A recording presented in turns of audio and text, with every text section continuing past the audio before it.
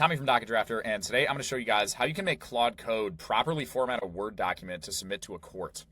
This is going to be most relevant for litigators that are filing a lot of court documents, but if you do transactional law, some of the stuff I talk about should also be helpful and help you better understand how Claude manipulates Word docs and some of the best practices in general. And we're going to break this down into 2 steps, and we're going to be specifically focusing on the Northern District of Florida Federal Court. First, we're going to have Claude create a docx template that is properly formatted using the local rules for the Northern District of Florida. And then once we have that template, we can have Claude use it to actually create a pleading for a case. It's important that we separate these 2 steps out because, especially with court formatting, once you get everything right, you don't want Claude to touch it again. So up front, what you want to do is make sure that the formatting is proper in your template, and then every time you want to draft using that template, Claude doesn't need to worry about formatting again. It can just modify the content. Word doc formatting and Word doc content writing are 2 different tasks, and if you have Claude work on both every time, it's going to waste a lot of brain power. And this is the case where if you break that up into 2 distinct steps, it's going to do a better job at each of the steps, and it's going to be much more scalable as you work on more and more documents. So first things first, you're going to want to figure out what the local rules are for the courts. I've actually got a blog post on the DocketDrafter website. We went and scraped all of the rules for all the district courts in Florida and read through them using an AI tool, and all the results are here. You can see here that we've actually broken it down by each specific district within the state of Florida, and we've linked back to the original source PDF so you can go and validate this yourself. If you're working on a state that doesn't already have a resource like this, you'd want to look at the primary sources, but either way, we're just going to start here, and so I'm going to copy and paste this link. And then we're going to go into Claude, tell it to read this blog post that has all the rules, and we're going to tell it to create a template for the Northern District of Florida. Okay, so here's the prompt. I'm telling it to read this blog post, and then I copied and pasted that link. And then I'm telling it to create a docx template of a pleading that would work for the Northern District of Florida, specifically an answer. And importantly, I am telling Claude to fill it in with dummy data, that is, pretend to make up facts about a case. And that's important because I want to see what the document looks like full of content. That's going to allow us to make sure that everything looks good and that the formatting's right before we actually work on a real case. So we're going to go ahead and submit this. Claude's going to do its thing, and we'll come back in a minute. It's asking us for permission to fetch the web page. I'm going to go ahead and allow that. We're going to see here that Claude was able to find the specific rules, and it's going to be able to work natively with docx files. If we take a look here, we can see it's running some scary terminal commands. Don't worry about this. This is just what Claude needs to do in order to actually create the docx file. And you can see here that it's been about 1.5 minutes, and it still hasn't built the template yet. That's pretty expected. Claude is just taking its time thinking here. And this just highlights why it's so important to get the formatting right up front. Because if you don't, and you have to have Claude read through this document every time and make sure the rules are correct, it's going to be so much less efficient if you're working on a lot of matters, especially in a particular jurisdiction. Now, I'm actually going to pause Claude here. It's saying that it's going to render it to images to confirm it looks right. I don't necessarily want it to do that. If it's already got the docx, I'd actually personally like to take a look and just see how it's done. So I'm going to go ahead and stop this. That being said, Claude might be able to get a better idea if everything looks right just by looking at the images. And if we go over into my Finder, again, I'm in the Claude Code for Lawyers demo. We're going to see it added a lot of files, including the screenshots that it took. If I go up here, I can see that nd_Florida answer template.docx is the one. So let's go ahead and open it. And if we take a look here, it doesn't look that bad, at least just looking at the top. One of the things I'm noticing here is that this case number thing is just a little bit close to this dividing line in the middle. And honestly, I think it looks a little better if it's actually at the midpoint. So you can see here right now, it's kind of like towards the right. And so we've got about 60% of the width on the left side, 40% here. I almost want to leave this in the exact spot and then move the middle over so it's 50-50.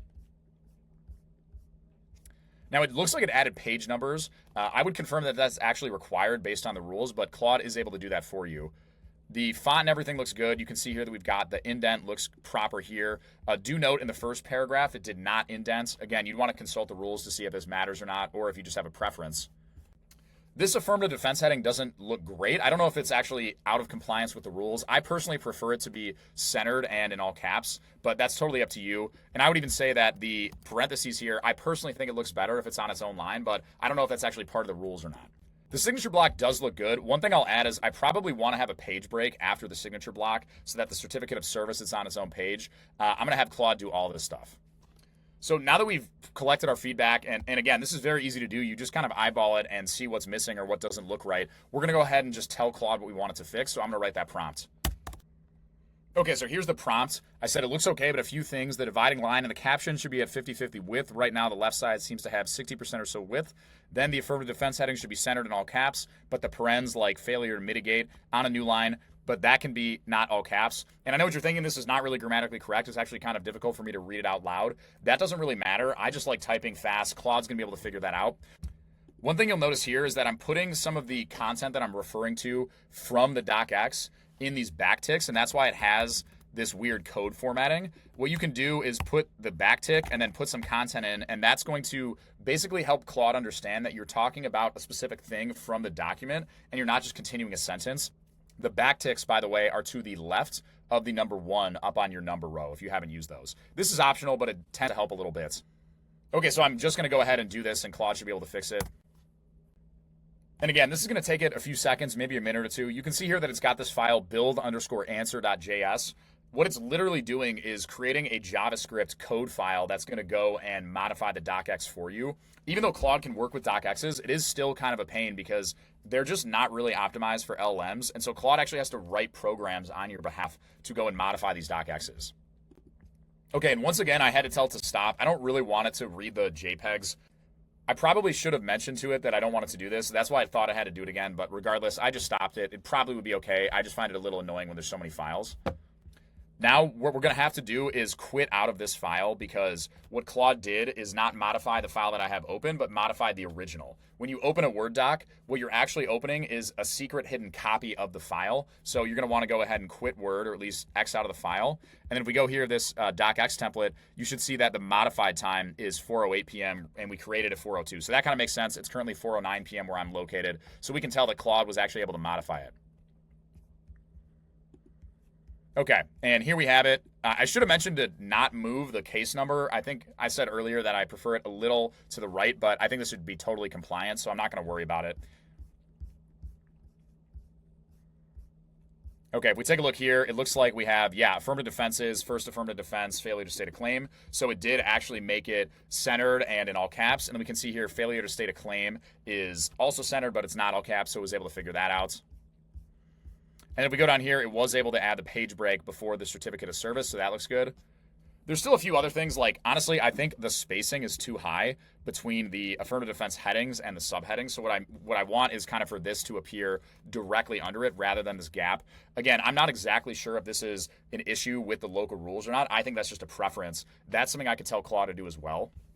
Another option, and I think I am going to have Claude do this, is that I want to make sure that the defense headings always appear on the page as the next line. And what I mean by that is it looks pretty weird that we have this heading and this subheading, and then we have to go to the next page and this paragraph that is actually attached to that heading and subheading is not present. So I'm going to have Claude fix that, and I'm also going to have it fix the spacing.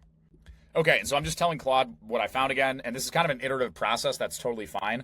I'm telling it almost there. Let's make sure there be single spacing between the affirmative defense headings / subheadings. And then again, I'm just copying and pasting what text I'm referring to just to make it very explicit. And then I'm also telling it about the keep with next. And so if you haven't worked a lot with word formatting, or if you just haven't really gotten good at it, what I'm talking about here is keeping everything on the same page. In Word, that's called keep with next. And so if you tell Claude to keep with next here, it should be able to apply that setting, which will make it work. It's okay if you don't remember that, by the way. Claude is very good at this stuff, and so should be able to help you figure out what you mean if you just tell it you want the headings to always be on the same page as the next line.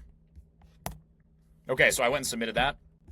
Okay, so it just finished up. I'm going to X this out again, and then I'm going to go over here and open the template again.